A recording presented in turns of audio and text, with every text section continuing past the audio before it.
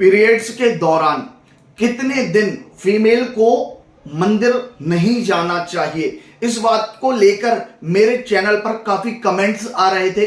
काफी लोग मंदिर गलती से चले गए, 5th डे 6th डे जो मंदिर चले गए हैं, तो वो पूछ रहे हैं क्या हमें इससे पाप लगेगा और इसे पाप से बचने के लिए क्या प्रायश्चित करना चाहिए। और उसी के साथ इस वीडियो में आप ये भी समझ लेंगे कि कितने दिन तक मासिक धर्म के समय आपको मंदिर या किसी भी देवता के स्थान पर नहीं जाना चाहिए। इस बात को समझने के लिए आपको मासिक धर्म क्या है और क्यों उसे दोषपूर्ण माना गया है, इस बात को जानने की जरूरत है। हालांकि कुछ महिलाएं ऐसी हैं जो इसको लेकर काफी अभद्र टिप्पणी करती हैं या वो ये कहती हैं कि मासिक धर्म जो है वो केवल स्त्रियों के शरीर में होने वाली एक प्रक्रिया है जो गर्भधारण के लिए आवश्यक होती है। जी हाँ, ये बात बिल्कुल सत्य है, लेकिन हम अपने वैदिक सनातन धर्म के नियम कानून कायदे को एक तरफ नहीं रख सकते हैं। कहीं ना कहीं उसमें जो बात बताई गई है वो किसी ना किसी प्रकार से साइंटिफिक जरूर है।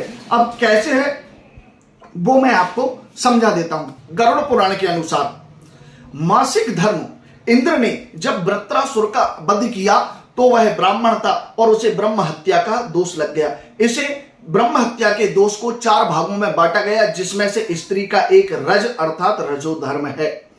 यह रजोधर्म वाली जो स्त्री होती है वो प्रथम दिन चांडालनी, दूसरे दिन ब्रह्मघातिनी और तीसरे दिन धोबिन के समान शास्त्र दृष्टि से मानी जाती है। अब इसमें भी एक विशेष बात यह है कि गरुड़ पुराण में कहा गया है कि मासिक धर्म वाली स्त्री के मासिक धर्म के समय जो रक्त स्राव होता है उससे नरकीय जीव जंतु जन्म लेते हैं। अब ये बात तो आप बहुत अच्छे से जानते हैं कि शरीर में जो रक्त होता है उसमें किसी ना किसी प्रकार के शुक्राणु या जिन्हें वायरस कहें या किसी भी प्रकार के कोई जीव जंतु जरूर पाए जाते हैं, क्योंकि हमारे शरीर में रक्त है और उसमें किसी ना किसी प्रकार के सेल्स या किसी ना किसी प्रकार के जीव जंतु तो होते ही हैं। तो फिर मासिक धर्म से निकलने वाले रक्त में जीव जंतु क्यों नहीं होंगे, इस बात का उल्लेख गरुड़ पुराण में मिलता है। प्रथमे अहनि चांडाली, द्वितीय ब्रह्मघातिनी, तृतीय रजकी होता नरकागत मातरा। कहा गया है कि मासिक धर्म वाली स्त्री प्रथम दिन चांडालनी, दूसरे दिन ब्रह्मघातिनी और तीसरे दिन धोबिन के समान शास्त्र दृष्टि से मानी जाती है, क्योंकि मासिक धर्म के समय जो रक्त स्राव होता है उससे नरकीय जीव जंतु जन्म लेते हैं, ऐसा गरुड़ पुराण में लिखा गया है। अब मासिक धर्म के दौरान 3 दिन तो विशेष अशुद्धता के माने जाते हैं। इन 3 दिन में तो किसी भी प्रकार से देवता के मंदिर के पास भी नहीं जाना चाहिए, ना मंदिर में प्रवेश करना चाहिए और ना ही कोई धार्मिक यज्ञ अनुष्ठान आदि में 3 दिन विशेष भाग नहीं लेना चाहिए। अब 3 दिन के बाद बात होती है लोकाचार की कि वर्तमान में हमारे पूर्वजों ने, बड़ों ने या हमारे परिवार के सदस्यों ने बहुत प्राचीन समय में किन नियमों को बनाया है और उन नियमों के अनुसार कहा गया है कि कोई भी मासिक धर्म वाली स्त्री 7 दिन तक धार्मिक अनुष्ठान के लिए योग्य नहीं मानी जाती है, अर्थात पीरियड्स आने के दिन से लेकर 7वें दिन तक वह अशुद्ध मानी जाती है। 7वें दिन स्नान आदि करने के बाद ही वह धार्मिक अनुष्ठान में भाग ले सकती है।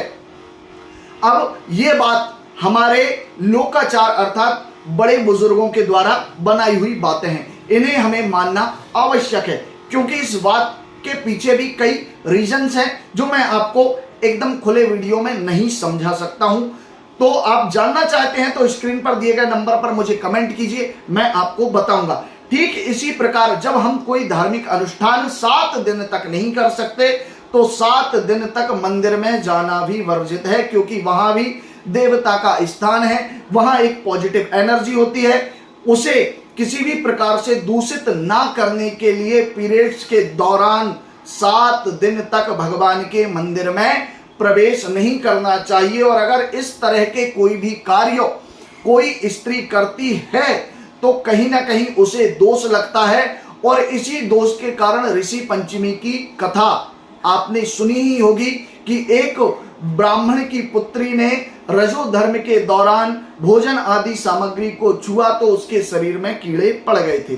तो आशा करता हूं इस वीडियो को देखकर आप समझ गए होंगे। जिन्हें मानना है वो माने, जिन्हें नहीं मानना वो बिल्कुल ना माने। मेरी तरफ से किसी भी प्रकार की कोई जोर जबरदस्ती आपको नहीं है।